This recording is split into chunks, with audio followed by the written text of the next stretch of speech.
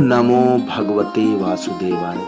जय श्री कृष्ण। दोस्तों, माताओं, बहनों, कल आपने 13वें अध्याय में क्षेत्र और क्षेत्रज्ञ के लक्षण बताकर उन दोनों के ज्ञान को ही ज्ञान कहा और क्षेत्र का स्वरूप, स्वभाव, विकार तथा उसके तत्वों की उत्पत्ति का क्रम आदि बताया। 19वें श्लोक से प्रकृति पुरुष के प्रकरण का आरंभ करके तीनों गुणों की प्रकृति से होने वाले कहे तथा 21वें श्लोक में यह बात भी बताई कि पुरुष का फिर से अच्छी या अधम योनियों में जन्म पाने का कारण गुणों का संग ही है। अब उस सत्व, रज और तम, इन तीनों गुणों के संग से किस योनि में जन्म होता है, गुणों से छूटने का उपाय कौन सा है, गुणों से छूटे हुए पुरुष का लक्षण तथा आचरण कैसा होता है, इन सब बातों को जानने की स्वाभाविक ही इच्छा होती है। इसलिए उस विषय को स्पष्ट करने के लिए 14वें अध्याय का आरंभ करते हैं। 13वें अध्याय में वर्णन किए गए ज्ञान को ज्यादा स्पष्टता पूर्वक समझाने के लिए भगवान श्री कृष्ण 14वें अध्याय के पहले 2 श्लोक में ज्ञान का महत्व बताकर फिर से उसका वर्णन करते हैं।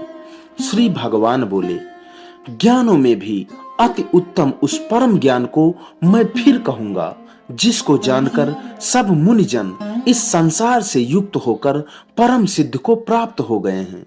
इस ज्ञान को आश्रय करके अर्थात धारण करके मेरे स्वरूप को प्राप्त हुए पुरुष सृष्टि के आदि में पुनः उत्पन्न नहीं होते और प्रलय काल में भी व्याकुल नहीं होते। हे अर्जुन, मेरी महत ब्रह्म रूप मूल प्रकृति संपूर्ण भूतों की योनि है, अर्थात गर्भाधान का स्थान है, और मैं उस योनि में चेतन समुदाय रूप को स्थापन करता हूँ। उस जड़ चेतन के संयोग से सब भूतों की उत्पत्ति होती है। हे अर्जुन, नाना प्रकार की सब योनियों में जितनी मूर्तियां अर्थात शरीरधारी प्राणी उत्पन्न होते हैं, प्रकृति तो उन सब की गर्भ धारण करने वाली माता है और मैं बीज का स्थापन करने वाला पिता हूँ। हे अर्जुन, सत्वगुण, रजोगुण और तमोगुण ये प्रकृति से उत्पन्न तीनों गुण अविनाशी जीवात्मा को शरीर में बांधते हैं। हे निष्पाप, उन तीनों गुणों में सत्व गुण तो निर्मल होने के कारण प्रकाश करने वाला और विकार रहित है। वह सुख के संबंध से और ज्ञान के संबंध से अर्थात स्वाभिमान से बांधता है। हे अर्जुन, राग रूप रजोगुण को कामना और आसक्ति से उत्पन्न जान। वह इस जीवात्मा को कर्मों के और उनके फल के संबंध से बांधता है। सब देहाभिमानियों को मोहित करने वाले तमोगुण को तो अज्ञान से उत्पन्न जान। वह इस जीवात्मा को प्रमाद, आलस्य और निद्रा के द्वारा बांधता है। हे अर्जुन, सत्वगुण सुख में लगाता है और रजोगुण कर्म में तथा तमोगुण तो ज्ञान को ढककर प्रसाद में लगाता है। हे अर्जुन, रजोगुण और तमोगुण को दबाकर सत्वगुण और तमोगुण को दबाकर रजोगुण, वैसे ही सत्वगुण और रजोगुण को दबाकर तमोगुण होता है अर्थात बढ़ता है। जिस समय इस देह में तथा अंतःकरण और इंद्रियों में चेतनता और विवेक शक्ति उत्पन्न होती है, उस समय ऐसा जानना चाहिए सत्वगुण बढ़ा है। हे अर्जुन, रजोगुण के बढ़ने पर लोभ प्रवृत्ति, सर्वार्थ बुद्धि से कर्मों का सकाम भाव से आरंभ, अशांति और विषय भोगों की लालसा, ये सब उत्पन्न होते हैं। हे अर्जुन, तमोगुण के बढ़ने पर अंतःकरण व इंद्रियों में अप्रकाश, कर्तव्य कर्मों में अप्रवृत्ति और प्रमाद अर्थात व्यर्थ चेष्टा और निद्राति अंतःकरण की मोहिनी वृत्तियां, ये सभी उत्पन्न होती। जब यह मनुष्य सत्व गुण की वृद्धि में मृत्यु को प्राप्त होता है, तब तो उत्तम कर्म करने वालों के निर्मल दिव्य स्वर्गादि लोगों को प्राप्त होता है। रजोगुण के बढ़ने पर मृत्यु को प्राप्त होकर कर्मों की आसक्ति वाले मनुष्यों को उत्पन्न होता है तथा तमोगुण के बढ़ने पर मरा हुआ मनुष्य कीट पशु आदि मूढ़ योनियों में उत्पन्न होता है।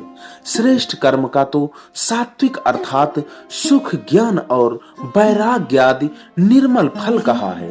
राक्षस कर्म का फल दुख तथा तामस कर्म का फल अज्ञान कहा है। सत्व गुण से ज्ञान उत्पन्न होता है और रजोगुण से निसंदेह लोभ तथा तमोगुण से प्रमाद और मोह उत्पन्न होते हैं और अज्ञान भी होता है। सत्व गुण में स्थित पुरुष स्वर्गादि उच्च लोकों को जाते हैं। रजोगुण में स्थित राजस पुरुष मध्य में अर्थात मनुष्य लोक में ही रहते हैं और तमोगुण के कार्य रूप निद्रा प्रमाद और आलस्य आदि में स्थित तामस पुरुष अधोगति को अर्थात कीट पशु आदि नीच योनियों को तथा नरकों को प्राप्त होते हैं।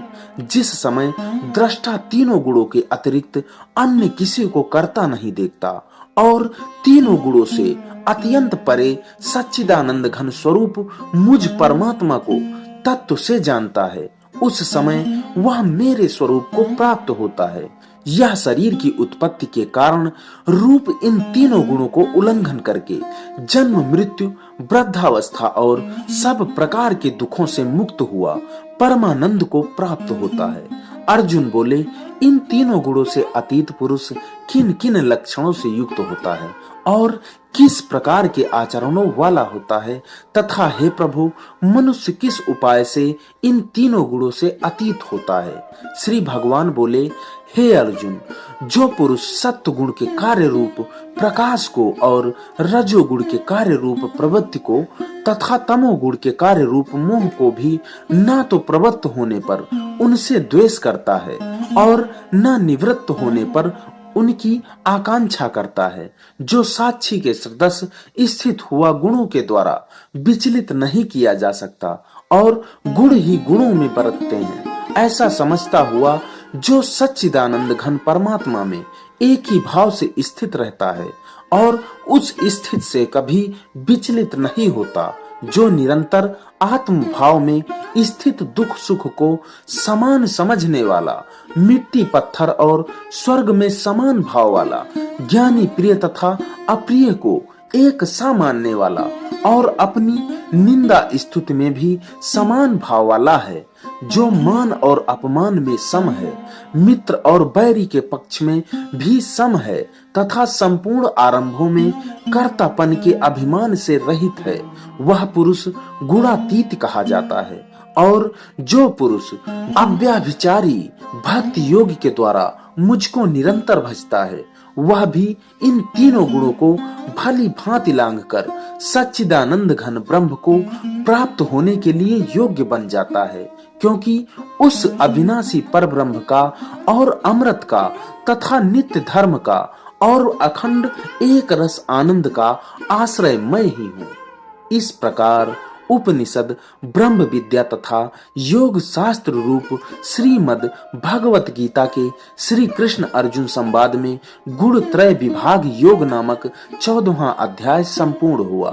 बोलिए श्री कृष्ण भगवान की जय। तो माताओं बहनों दोस्तों मित्रों, आशा करता हूँ आज का अध्याय आपको पसंद आया होगा। आपसे निवेदन है चैनल को सब्सक्राइब, वीडियो को लाइक जरूर करें।